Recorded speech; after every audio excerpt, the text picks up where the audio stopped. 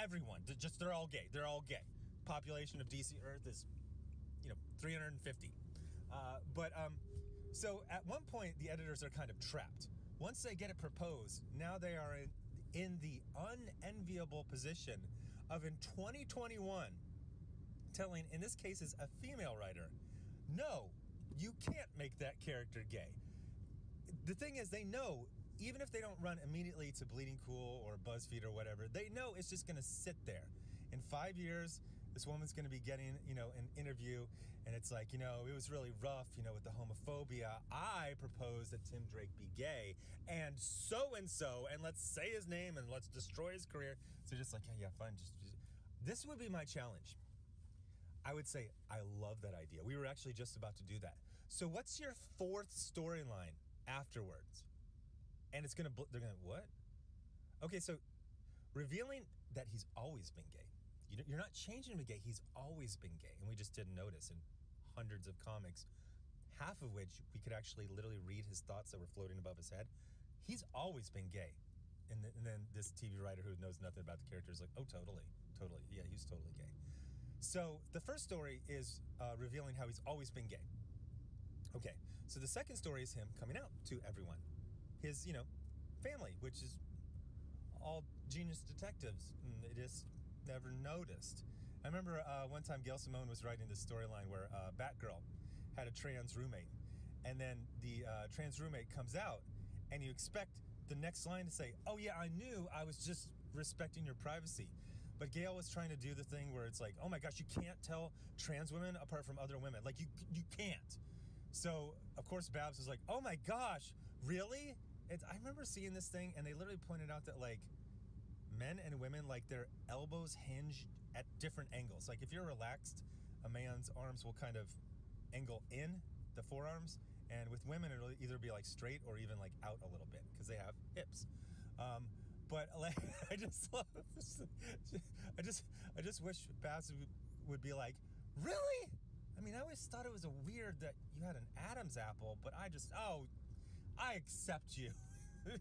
So they do this thing where it's more important to flex and virtue signal for Gail Simone than to write Batgirl in character as a genius detective and say, oh yeah, literally the first time I saw you, I knew you were trans. And that was like from far away. That was from like a block away because I saw how, your arms were angled.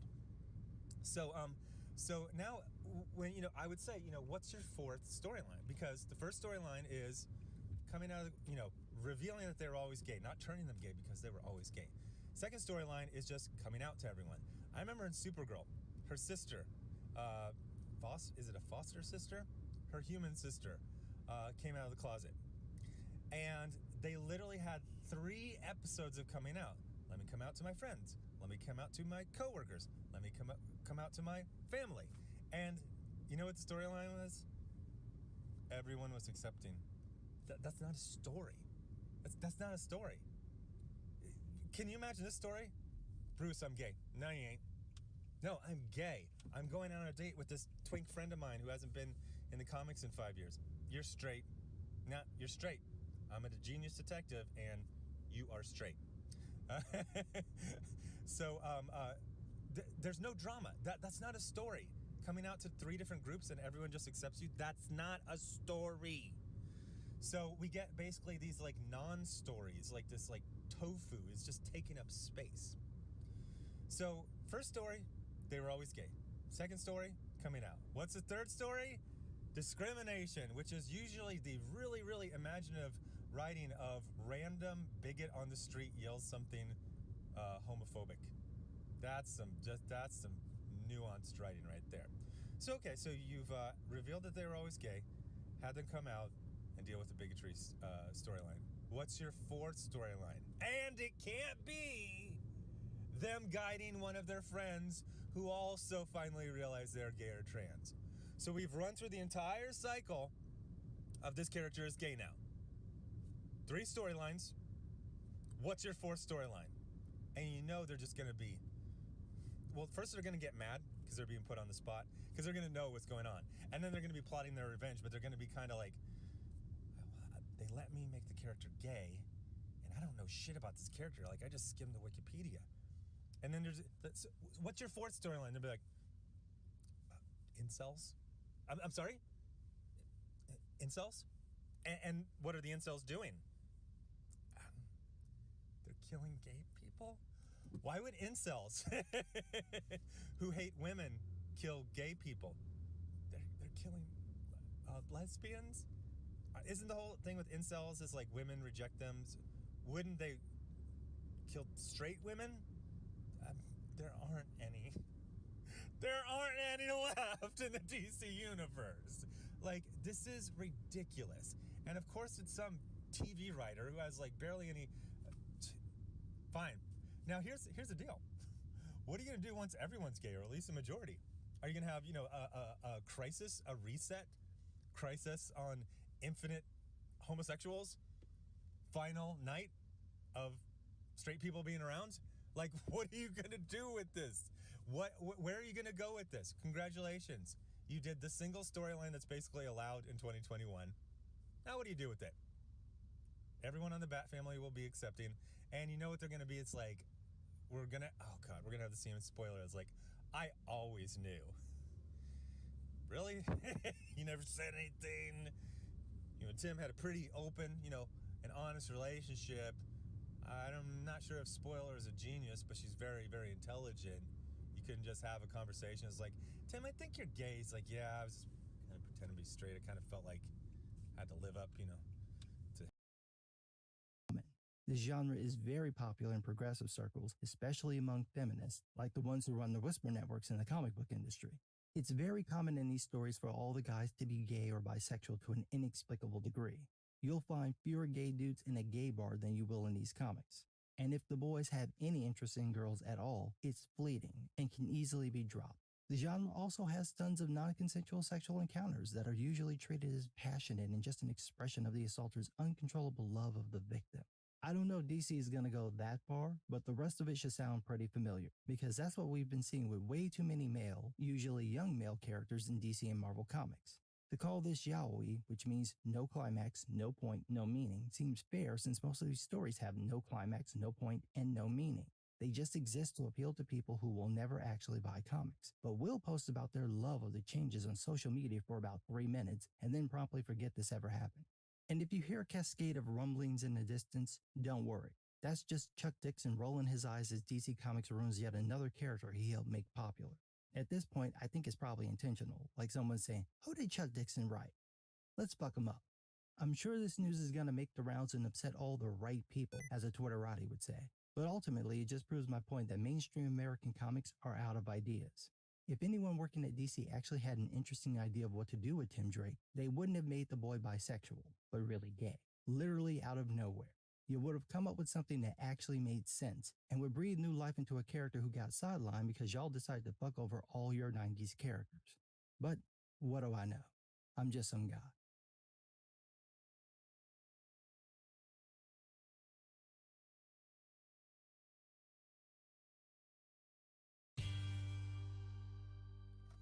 So, you have a movie for me? Yes, sir, I do. So you remember Suicide Squad from 2016? Oh, yeah, that movie that I hired people to kind of chop up, and then everybody blamed the director for how much they hated it? That's the one. So I was thinking we make another one, but we add "the" to the title. Oh, that has a nice ring to it, actually. Right. Yeah. Suicide Squad, the... No. Oh, you want to put it at the beginning? Yeah, that's good, too. Great. So is this like a sequel, or a reboot, or a soft reboot? Yes. Fantastic. Yeah, we're gonna take some of the characters from the first movie, played by the same actors. Oh, very fun, and some new ones, too. Oh yeah, there's gonna be a bunch of new characters. There's gonna be one named Blackguard, and I thought we could get Pete Davidson to play him. People love Pete Davidson. That's gonna be a fun character. And his face is gonna explode almost immediately. Oh my god. I also thought we could get Nathan Fillion in here. Oh, now he's great. What's he gonna do? Die almost immediately. Okay, wow. Michael Rooker, he'd be great to play one of these guys. To do what? Die almost immediately. Okay, what is happening? We'll see see, sir, there's gonna be a whole Suicide Squad team at the beginning of the movie that just kind of gets wiped out as a distraction. Okay, so like lesser known characters, and then you'll have more known characters in the movie too, like Captain Boomerang. Yeah, he's in the movie. So what's he gonna do? Die almost immediately. Oh my god, okay, does anyone not die immediately? Is the movie 5 minutes long? Well, we want to start the movie by sending the message that anyone can die at any time, right? Ah, that's just like in real life. Yeah, so anyway, out of that first team, there's Rick Flag and Harley Quinn that make it out alive. And what about on the main team? Who do we have on there? Well, there's this one guy, right? And he's like an amazing shooter, and he's like a reluctant leader, and his main motivation is his daughter. Yeah, Deadshot. I know Deadshot. He was in the last movie. Nope, this is a guy called Bloodsport. Oh,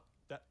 Okay. And there's this other predatory animal character that eats humans. Killer Croc. Yeah, I know. No, this is King Shark. Ah, I should stop trying to predict things, I guess. You're not particularly good at it, sir. And we also have this other character who shoots polka dots and another one who controls rats.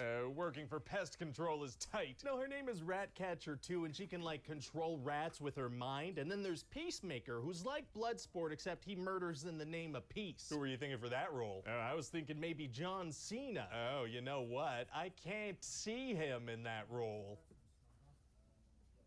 Because of his catchphrase. I understand the joke, sir. I just hate it. That's fair. So anyway, pretty much all these characters have sad backstories. Oh, okay. So I imagine they're each gonna have a tattoo on their forehead explaining that? No. What? Then how will people know? Well, once in a while, one of them will stop and explain their past to the other characters, which I think you'll agree is a little more subtle.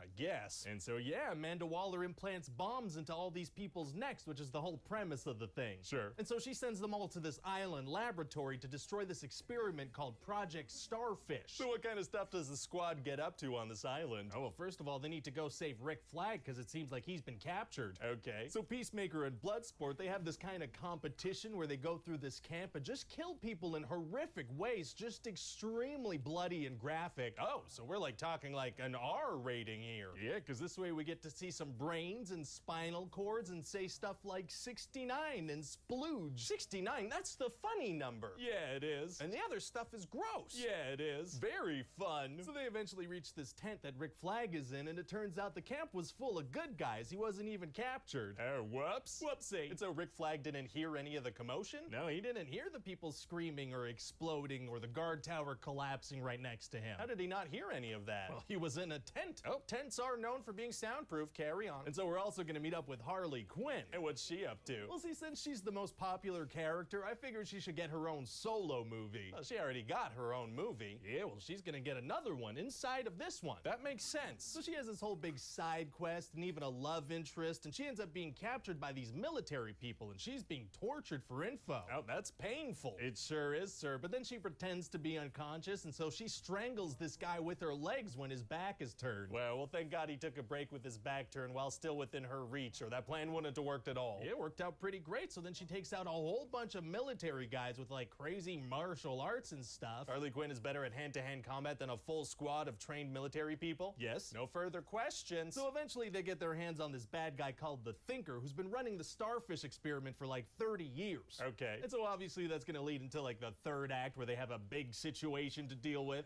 Oh, I see where you're going with this. So what color's the sky beam gonna be? Actually, I was kind of thinking maybe we don't do a sky beam. Well, we usually do a sky beam. Yeah, but I was thinking we could do more of like a giant hive mind starfish from outer space getting eaten by millions of rats, and one of the main characters pierces its eye with a javelin and all the rats go in there. We usually do a sky beam, though. Yeah, I know.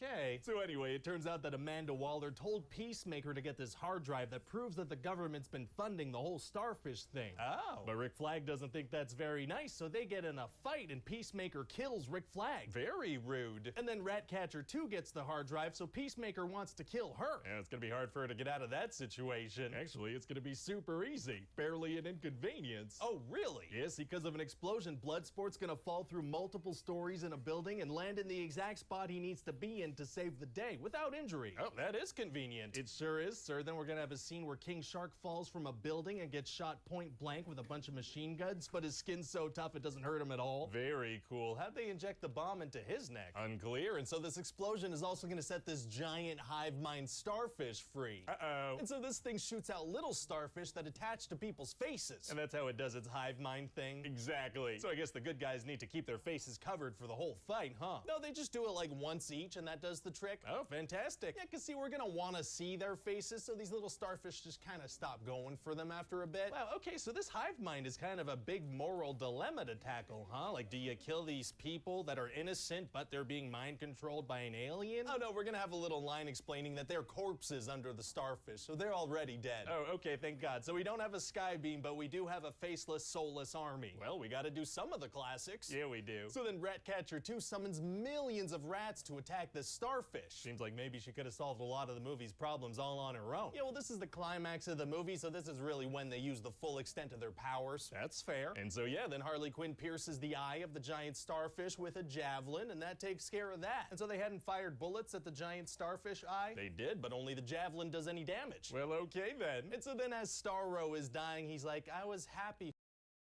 It's official. DC Comics is now a Boy Loves publisher.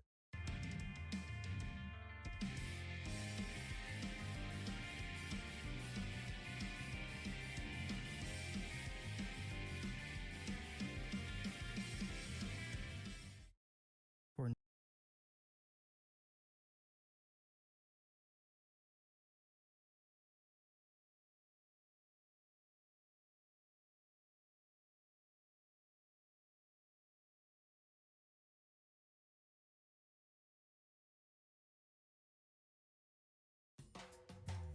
Bubbly Steve is available for pre-order at shopclownfish.com. That's shopclownfish.com. You've got less than a month to pre-order this 15-inch plushie. Check them out.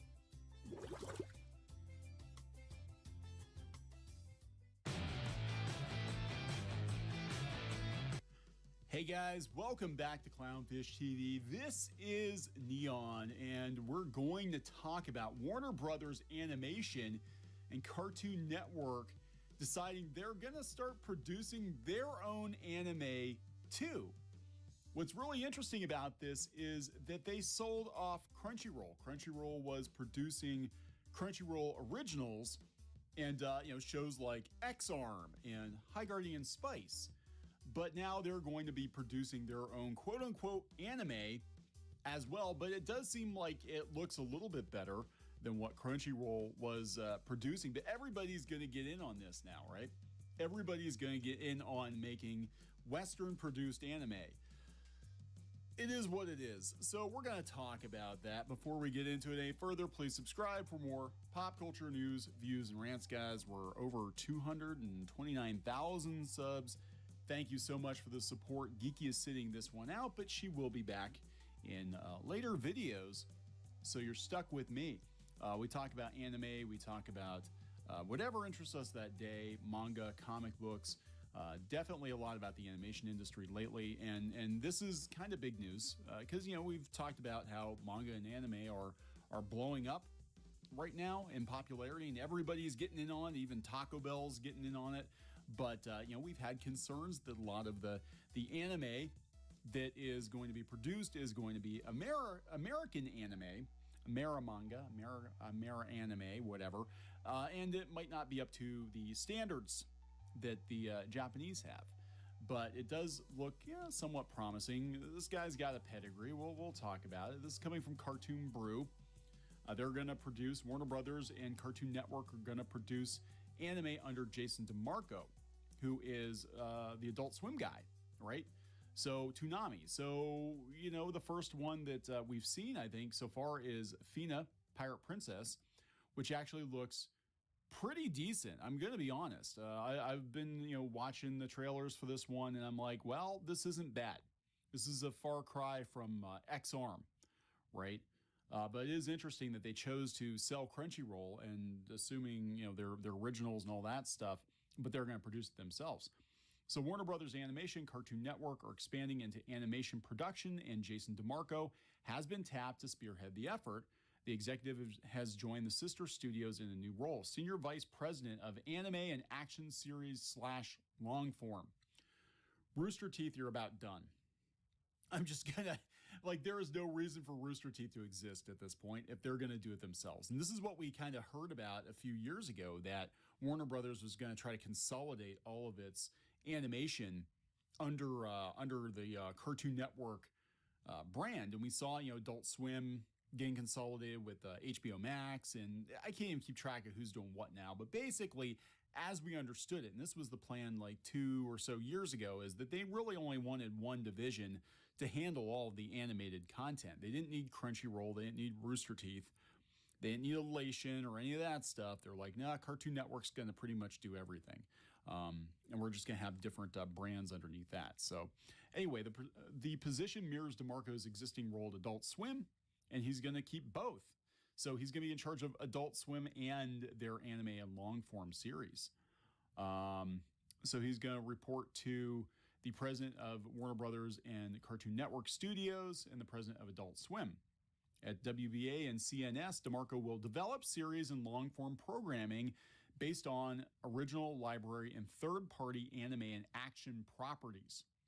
He's going to work with Japanese studios, artists, and creators. First up, he's serving as lead creative executive on the Lord of the Rings anime, which is a thing. Yeah, everybody's getting anime. Star Wars is getting anime too.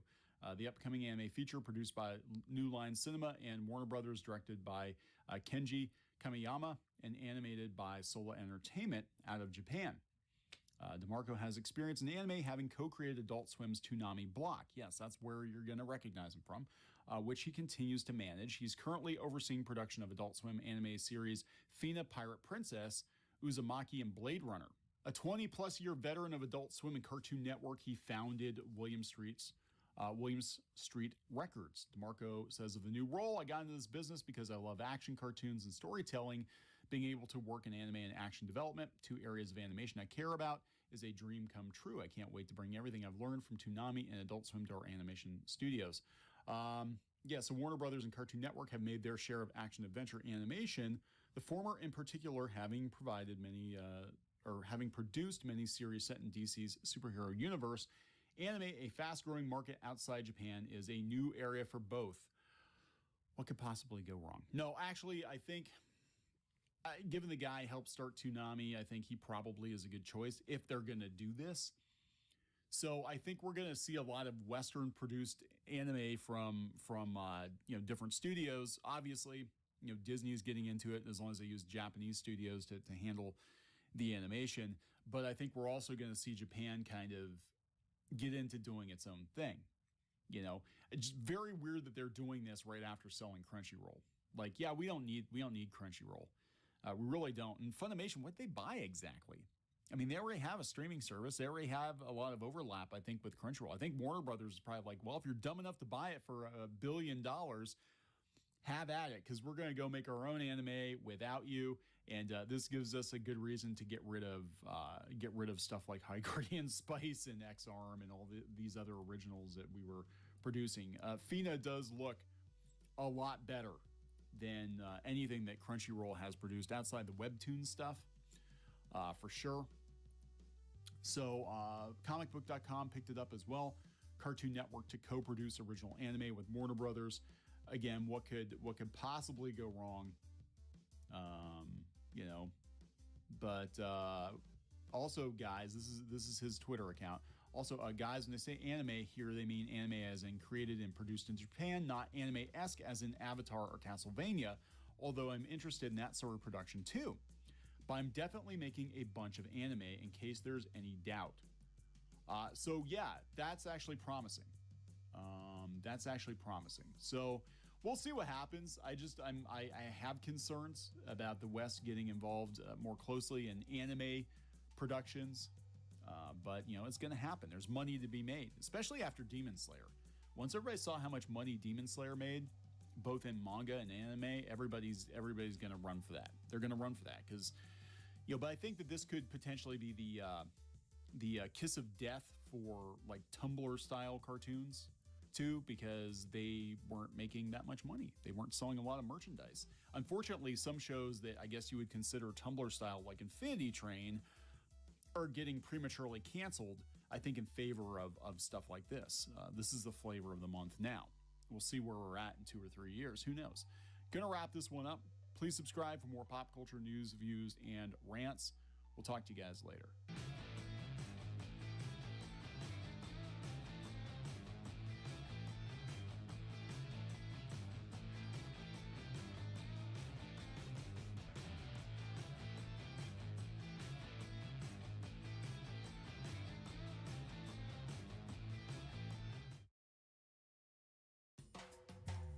Bubbly Steve is available for pre-order at shopclownfish.com. That's shopclownfish.com. You've got less than a month to pre-order this 15-inch plushie. Check them out.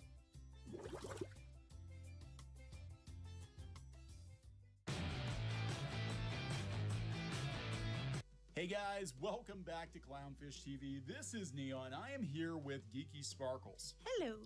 And nobody cares about Masters of the Universe Revelation. Bubbly Steve is available for pre-order at shopclownfish.com. That's shop. For no reason at all, Tim Drake is now gay. They're calling him bisexual, but he's only into boys, so he's gay. This is from Batman Urban Legends number 6, where for no explained reason, Tim has broken up with Stephanie Brown off-panel and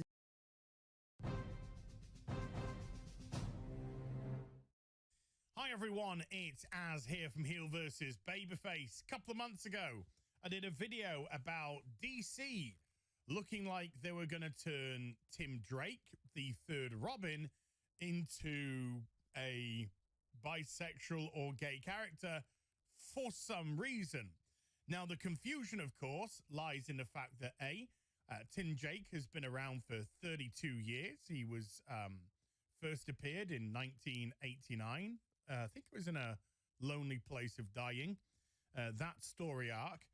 And then he became an exceedingly popular character, got his own miniseries, Robin 1, 2, 3, and then eventually went on to getting his own ongoing series, which I think ran for 187 episodes, something along those lines. And he was a beloved Robin. He was a much more sensible Robin. He was trained exceedingly well, and he had very interesting stories and relationships.